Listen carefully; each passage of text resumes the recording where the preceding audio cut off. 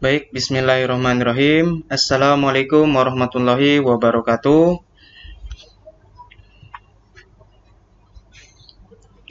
Alhamdulillah, Waalaikumsalam warahmatullahi wabarakatuh. pada kesempatan hari ini kita dapat berjumpa kembali melalui Zoom meeting. Insya Allah ini merupakan pertemuan yang ke-12. Adapun rangkaian kita, yang pertama saya akan menyampaikan materi terlebih dahulu. Kemudian nanti dari teman-teman mahasiswa itu menyampaikan presentasi kelompoknya. Baik, sebelumnya saya ingin ngecek suara saya dulu ya, apakah terdengar? Dengar Dengar Pak. Pak. Dengar Ustaz. Oke, baik. Ya, sebelum kita memulai perkuliahan, marilah kita berdoa terlebih dahulu. Bismillahirrahmanirrahim. Raditu billahi robba wabil islami dina wabil muhammadin nabiyya wa rasulah. Rabbi zidni ilma warzuqni fahma. Amin ya rabbal alamin.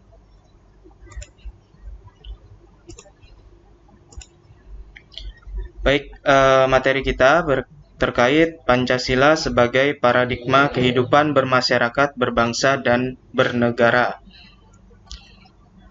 Jadi adapun submaterinya itu berkaitan dengan Pancasila sebagai paradigma pembangunan, di mana nanti di dalam paradigma pembangunan itu ada berbagai realisasi di bidang-bidang, kemudian ada juga terkait aktualisasi Pancasila sendiri.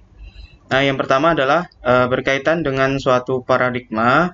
Nah, apa yang dimaksud dengan paradigma itu? Jadi di sini ada beberapa pendapat ahli terkait paradigma.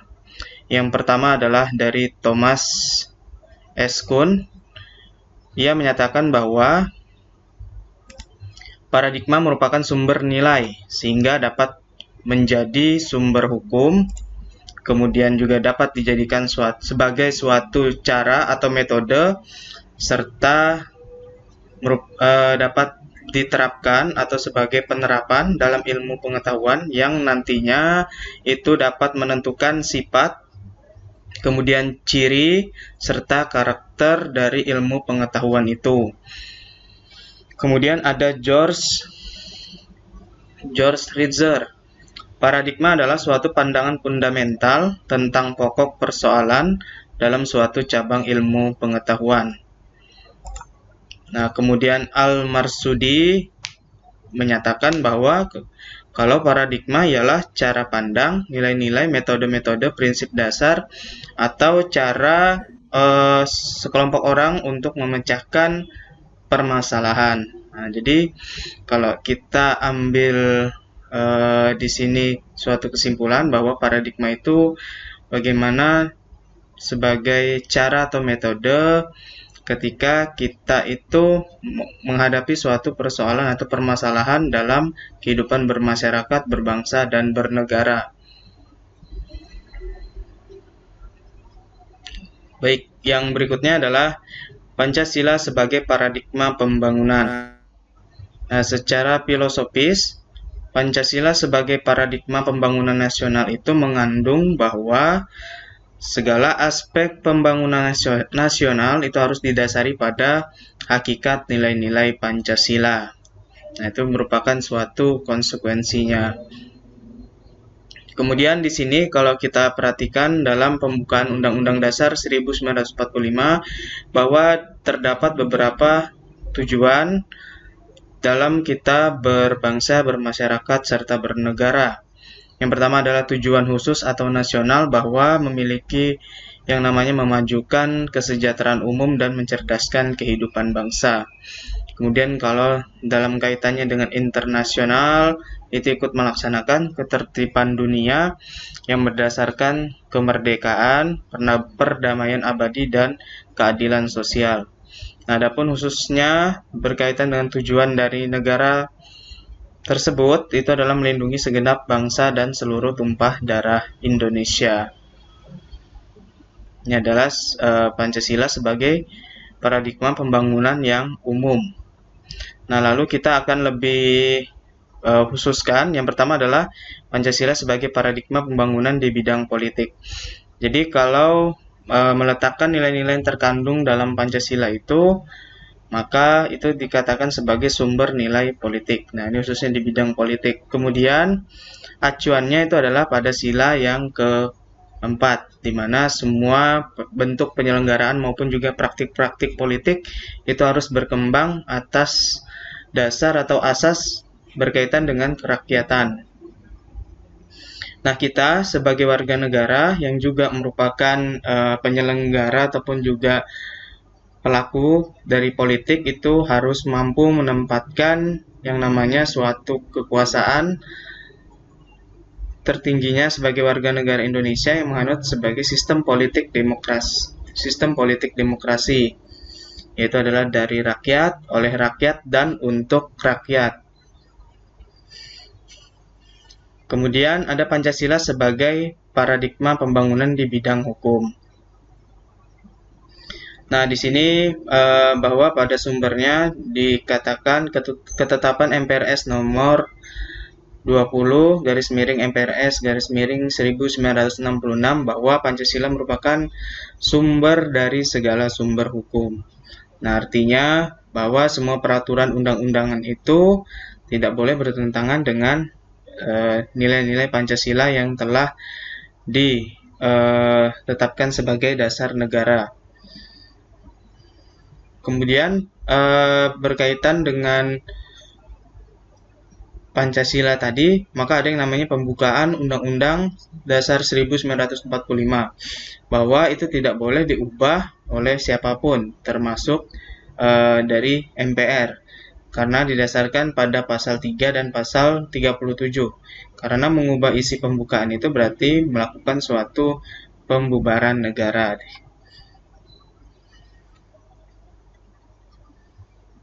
Berikutnya adalah Pancasila sebagai paradigma pembangunan di bidang ekonomi. Jadi kalau kita merujuk pada bidang ekonomi, itu sistem ekonomi harus berdasarkan pada moralitas ketuhanan, kemudian kemanusiaan. Hal ini bertujuan agar mensejahterakan ataupun juga memakmurkan rakyat secara keseluruhan. Nah, pengembangan ekonomi harus mampu menghindarkan diri dari praktik-praktik monopoli serta persaingan bebas yang nantinya akan memberikan keuntungan besar untuk golongan-golongan tertentu atau kepentingan-kepentingan tertentu. Nah, akibatnya itu nanti golongan kecil ataupun juga dari pengusaha-pengusaha kecil itu akan dirugikan karena adanya sistem persaingan yang bebas dalam perekonomian. Nah, untungnya di negara kita itu telah ada yang mengatur terkait dengan monopoli, yaitu bisa dicek pada pasal 33 ya. Berikutnya adalah Pancasila sebagai paradigma pembangunan di bidang sosial dan budaya. Di sini dikatakan bahwa Pancasila sebagai paradigma dalam pembangunan sosial budaya dalam mendasarkan pembangunan sosial budaya itu berdasarkan nilai-nilai yang telah ada di dalam masyarakat. Nah, khususnya ini adalah dari bangsa Indonesia. Nah, apabila terjadi suatu penyimpangan-penyimpangan karena mungkin adanya arus globalisasi, mana budaya-budaya barat yang masuk yang mungkin tidak sesuai dengan budaya asli Indonesia dan cenderung jauh dari suatu akhlak yang baik, maka peran pemerintah itu di sini dapat mengingatkan dan mengarahkan masyarakat untuk kembali menerapkan aspek budaya yang berdasarkan nilai-nilai kemanusiaan, nilai ketuhanan, dan nilai keberadaban. Oke, berikutnya Pancasila di bidang ilmu pengetahuan dan teknologi.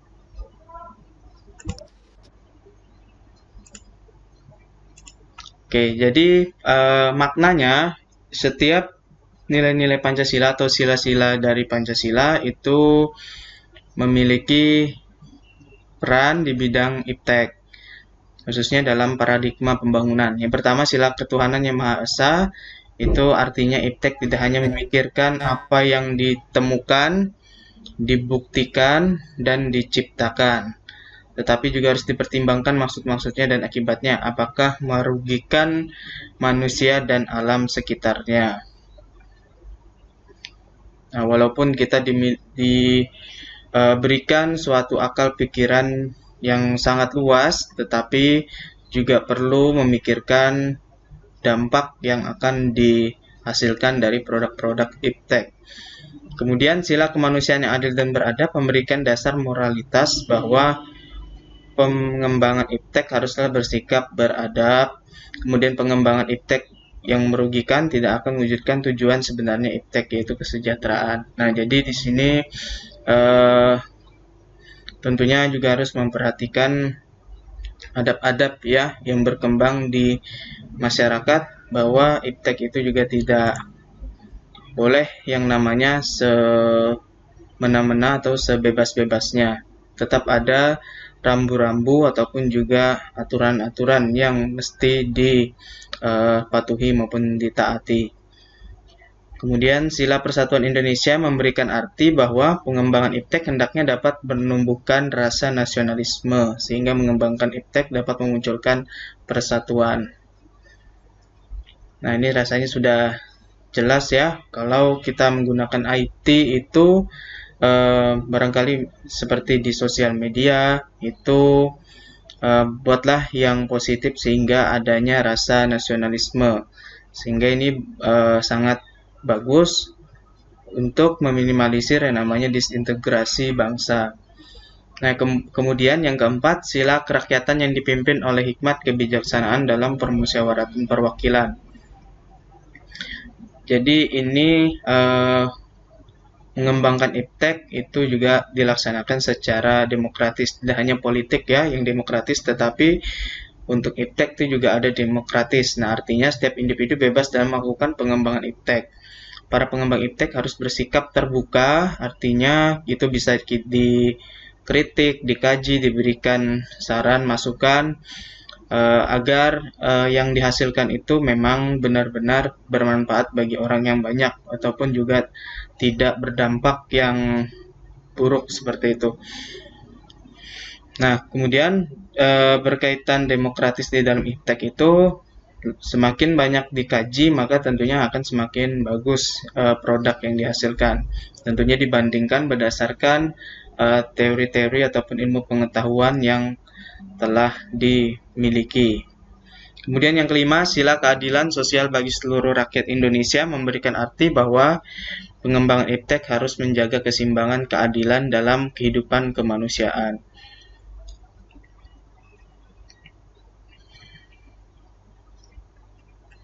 Oke, berikutnya adalah Pancasila sebagai paradigma pembangunan ideologi. Kita ketahui bahwa ideologi itu merupakan suatu ide-ide atau gagasan tentang manusia dan dunia yang dijadikan sebagai acuan ataupun juga pedoman dan cita-cita hidup. Nah, di mana pengembangan Pancasila sebagai ideologi itu memiliki, kemarin telah kita bahas ya, ada dimensi realitas, idealitas, dan fleksibilitas, atau dikatakan sebagai ideologi terbuka. Nah, tujuannya itu adalah untuk terjadinya suatu komunikasi ataupun dialog yang tiada batasnya atau tiada henti dengan tantangan-tantangan, berkaitan dengan tantangan-tantangan pada masa sekarang ataupun juga yang akan datang. Baik, berikutnya itu adalah berkaitan dengan aktualisasi. Kita akan bahas aktualisasi Pancasila ya, khususnya. Nah, berkaitan aktualisasi itu merupakan penuangan suatu ide ke dalam bentuk norma-norma, atau ini adalah bahasa sederhananya itu realisasinya. Setelah kita memiliki yang namanya suatu ide-ide maupun juga suatu teori, maka kita dapat laksanakan atau realisasikan. Kemudian apa hubungannya dengan Pancasila? Maka kalau aktualisasi Pancasila berarti penuangan butir-butir Pancasila ataupun nilai-nilai Pancasila ke dalam norma-norma yang berlaku, sehingga kita ketika bertingkah laku ataupun bersikap itu berdasarkan nilai-nilai Pancasila. di dalam kehidupan bermasyarakat, berbangsa, dan bernegara. Kemudian aktualisasi itu terbagi menjadi dua, aktualisasi Pancasila, yaitu ada yang objektif dan subjektif. Kalau objektif itu artinya sasarannya itu meliputi berbagai kelembagaan negara, yaitu legislatif, eksekutif, maupun yudikatif. Selain itu juga ada bidang-bidang yang lebih khusus, yakni politik, ekonomi, hukum, yang kemudian dapat dijabarkan ke dalam undang-undang, garis besar haluan negara, pertahanan dan keamanan, pendidikan, serta bidang kenegaraan lainnya. Nah, itu objektif. Nah, lalu kalau subjektif itu adalah dari sisi individunya, terutama pelakunya ya, terutama kita sebagai warga negara. Itu ada yang namanya dilihat dari aspek moral yang kaitannya dalam hidup bernegara dan bermasyarakat. Jadi aktualisasi yang subjektif ini tidak terkecuali baik warga negara, aparat penyelenggara negara, penguasa negara, terutama kalangan elit politik dalam kegiatan politik perlu yang namanya mawas diri. Jadi kalau mawas diri itu berarti kita dapat mengintrospeksi diri kita, apakah sejauh ini sudah melaksanakan, merealisasikan nilai-nilai Pancasila yang telah dirumuskan oleh founding father tersebut, agar bisa sesuai dengan tujuan dan cita-cita nasional. Kemudian juga agar memiliki moral yang baik ya, tentunya moral ketuhanan dan kemanusiaan sebagaimana terkandung dalam Pancasila. Baik, mungkin ini dulu materi yang dapat saya sampaikan. Untuk berikutnya kelompok 9 ya ini ya, atau 8? 9, Pak. Oke, kelompok 9.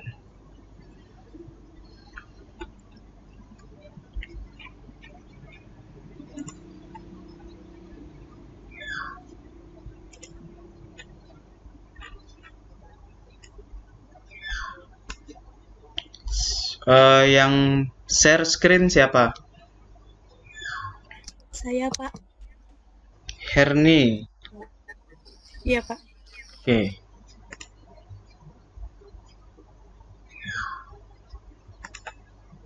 Ya mungkin bisa di... Oh sorry, salah pilih saya. Pilihnya tadi ke Abdul Majid. Mungkin bisa dikembalikan dulu Abdul Majid, hostnya. Gimana Pak caranya Pak? Diklik di itu kan, di partisipan ada nama saya, kemudian pilih more, baru diubah.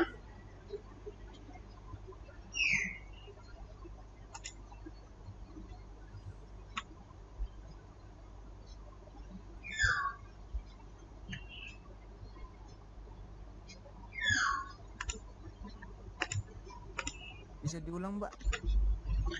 Dilihat di pilihan daftar nama gitu ya, ada more di situ kan, ada tulisan more. Iya. Ya, coba cari yang make host. Ada muncul? Oke. Terima kasih.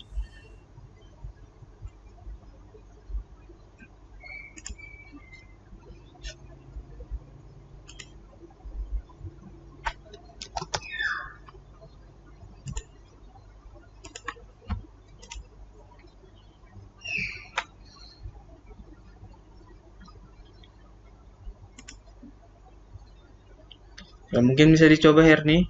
Ya.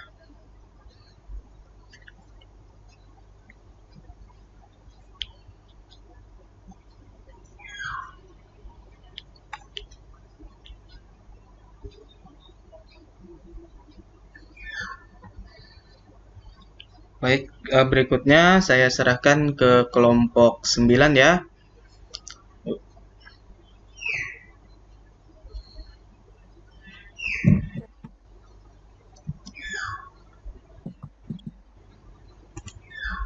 Assalamualaikum warahmatullahi wabarakatuh.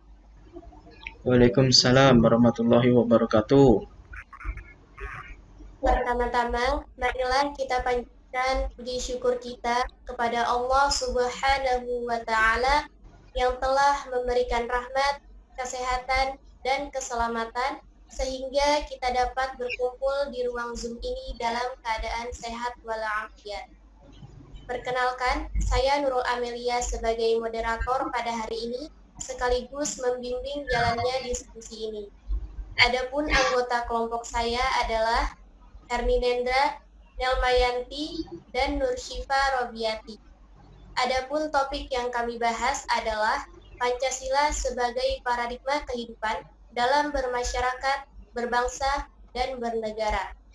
Adapun rangkaian yang akan kami lewati yaitu pertama, sesi pembukaan, kedua, sesi penyampaian materi, ketiga, sesi tanya jawab, dan yang terakhir, sesi penutup. Baiklah, langsung saja kita mulai ke sesi yang pertama, yaitu pembukaan. Marilah kita buka dengan membaca basmalah.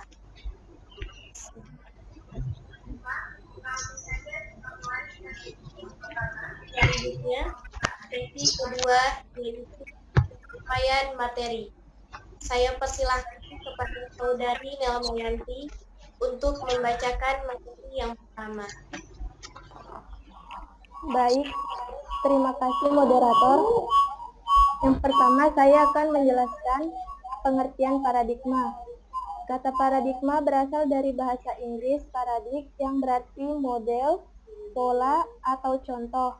Paradigma juga berarti suatu gugusan, sistem pemikiran, cara pandang, nilai-nilai, metode-metode, prinsip dasar, atau cara pemecahan masalah yang dianut suatu masyarakat tertentu. Menurut Eskun, pengertian paradigma adalah suatu asumsi-asumsi dan asumsi teoritis yang umum sehingga merupakan sumber hukum, metode, serta penerapan dalam ilmu pengetahuan yang menentukan sifat, ciri, serta karakter ilmu pengetahuan itu sendiri. Thailand tahun 2010. Next. Pancasila sebagai dasar pembangunan. Pancasila sebagai paradigma pembangunan adalah sistem nilai acuan, kerangka acuan berpikir, pola acuan berpikir atau jelasnya sebagai sistem nilai yang dijadikan sebagai kerangka landasan, kerangka cara, dan sekaligus sebagai kerangka dalam menentukan arah atau tujuan bagi yang menyandangnya. Paradigma pembangunan nasional mengandung suatu konsekuensi bahwa dalam segala aspek pembangunan nasional, kita harus mendasarkan pada hakikat nilai-nilai sila-sila Pancasila. Oleh karena itu, pembangunan dilaksanakan di berbagai bidang yang mencakup seluruh aspek kehidupan manusia. Pembangunan meliputi bidang politik, ekonomi, sosial budaya, dan pertahanan keamanan. Next.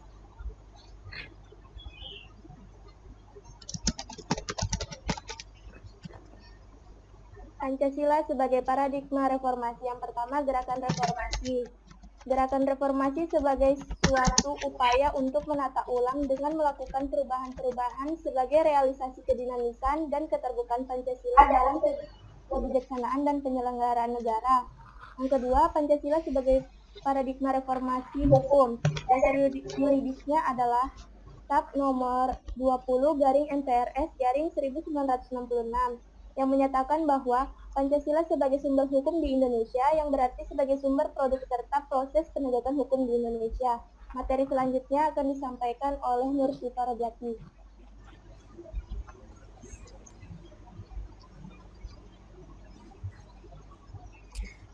Pancasila sebagai paradigma reformasi politik. Prinsip demokrasi dalam Pancasila adalah bahwa kedaulatan tertinggi ada di tangan rakyat. Rakyat adalah asal mula kekuasaan negara. Oleh karena itu, paradigma ini harus menjadi dasar dalam reformasi politik. Pancasila sebagai paradigma reformasi ekonomi. Langkah yang strategis dalam upaya melakukan reformasi yang berbasis pada ekonomi kerakyatan yang berdasarkan nilai-nilai Pancasila. Next.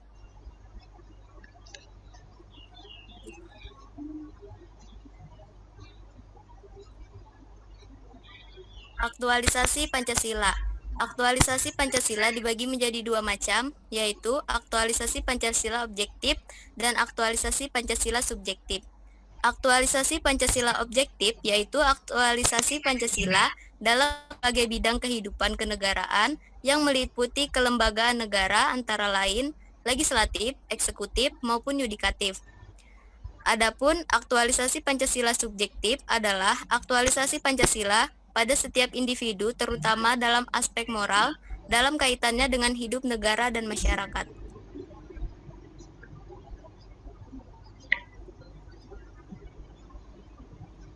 Selanjutnya, sesi ketiga yaitu tanya jawab. Apabila ada yang ingin bertanya, dipersilahkan. Sebelumnya, kami memaksimalkan hanya 3 pertanyaan. Terima kasih.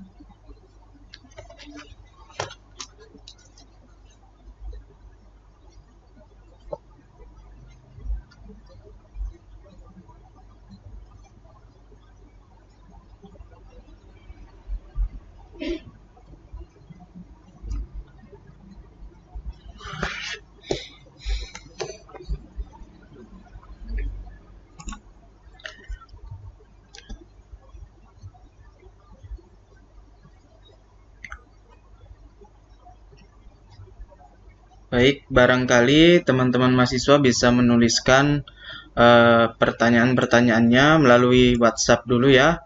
Berhubung ini waktunya mau habis gitu Zoom meetingnya.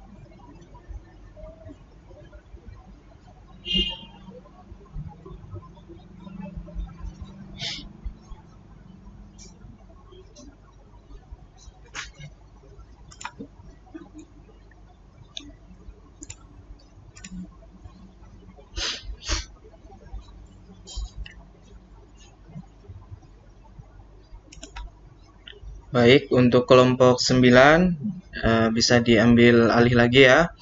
Jika tadi pertanyaan bisa dijawab, silahkan dijawab dulu.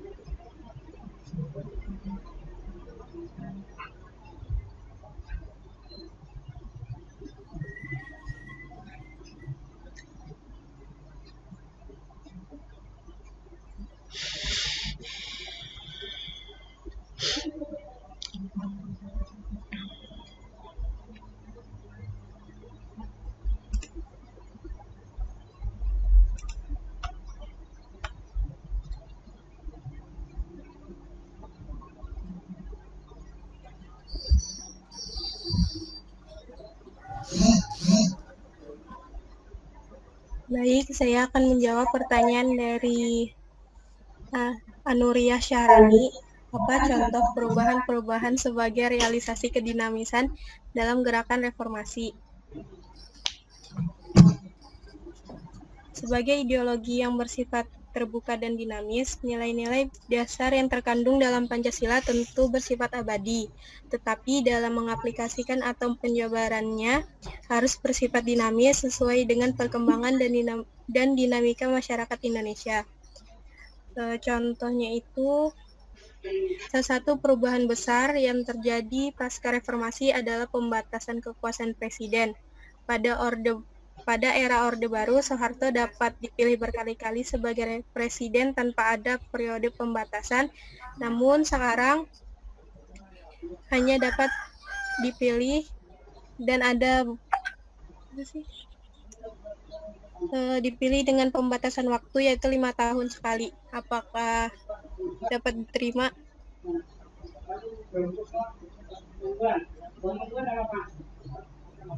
Bisa. Makasih. Ya, sama-sama.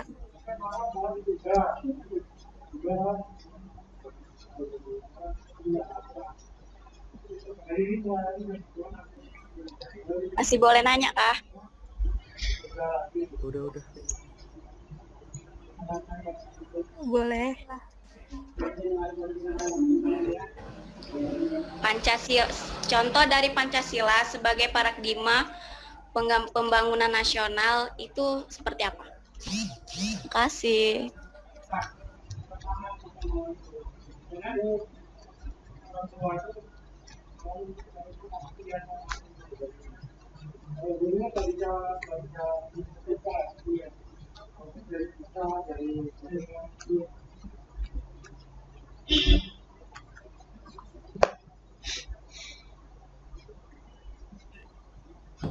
Baik, saya akan menjawab pertanyaan dari Galih Ardiani. Contohnya itu yang pertama, penerapan keadilan sosial dalam bidang politik. Yang kedua, kebijakan yang pro rakyat. Yang ketiga, pelaksanaan demokrasi yang bertujuan mempertahankan persatuan. Yang keempat, menggunakan nilai kemanusiaan untuk menerapkan keadilan sosial. Yang kelima, mengakui nilai ketuhanan sebagai sumber dari segala nilai. Apakah jelas? Galih Ardiani? Jelas. Makasih. Terima kasih.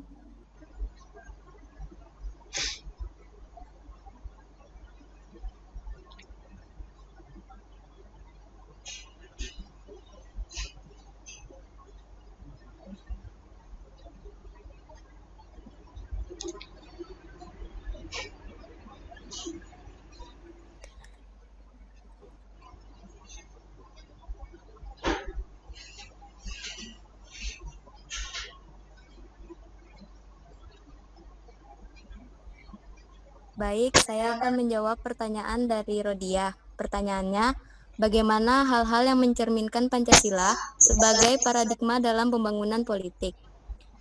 Yang pertama, contohnya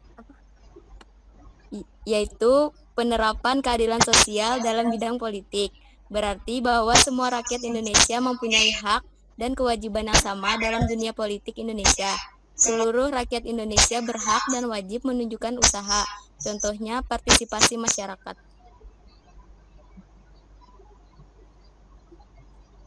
Bagaimana Rodia? Apakah dapat diterima? Baik, sudah bagus. Terima kasih. Ya,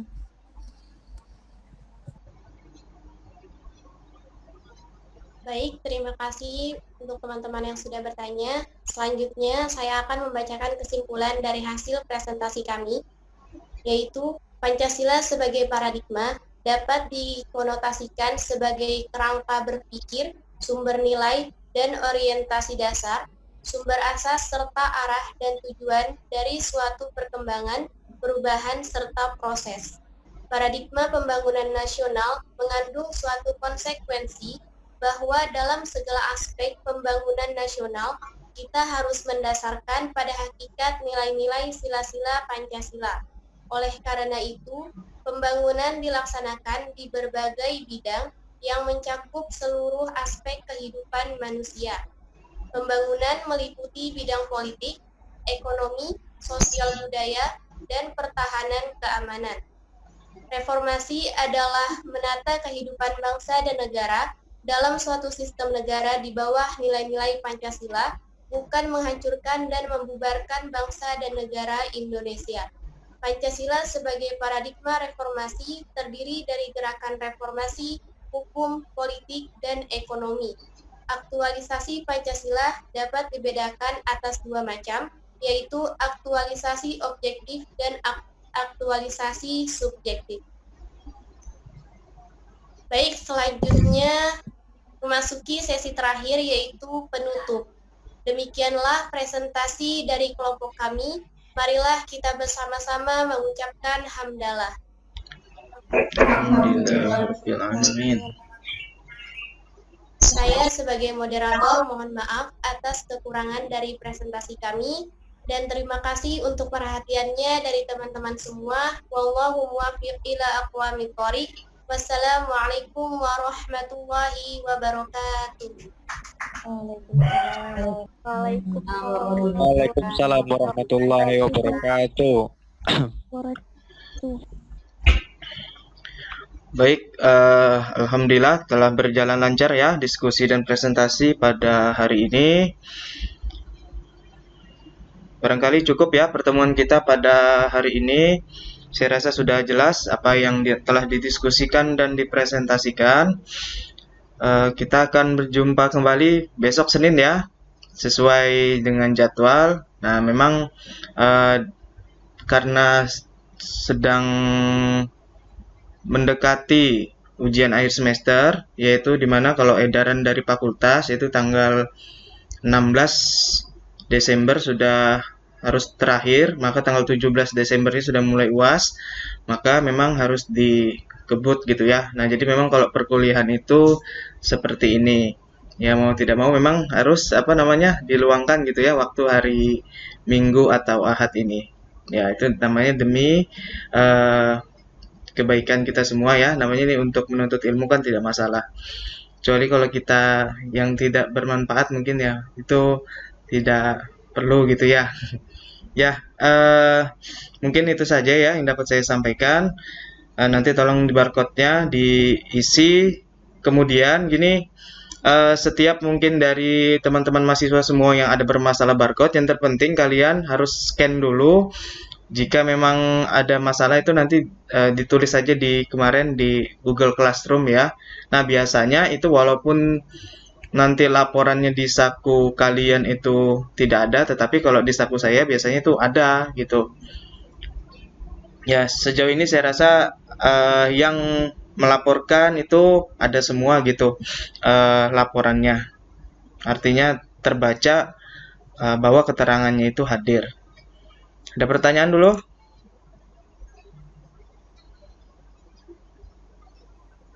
Baik, jika tidak ya.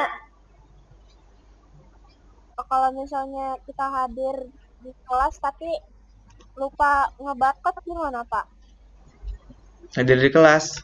Kelasnya kan tutup kan? maksudnya di Zoom-nya ini. Oh iya, oke. Ya, dilaporkan aja. Kemarin kan sudah sempat ya Alpina ya sudah melaporkan, itu udah langsung manual lewat saku saya. Karena kan kalau sudah ditutup itu sistemnya kan nggak bisa gitu ya. Mahasiswa melakukan secara mandiri. Karena settingannya sudah begitu diatur oleh tim IT fakultas.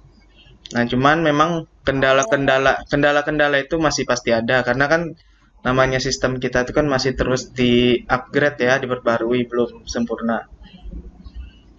Ya. Jadi jangan Ya, kalau gitu makasih Pak. ya sama-sama. Ya, jangan ada yang ke kelas dulu ya, ke kampus ya. Karena kan edarannya belum ada ke kelas. Ya, Pak, siap. Ya, baik. Itu aja dulu. Syukron. Mohon maaf jika ada salah kata. Saya akhiri. Wassalamualaikum warahmatullahi wabarakatuh. Waalaikumsalam. Waalaikumsalam warahmatullahi wabarakatuh.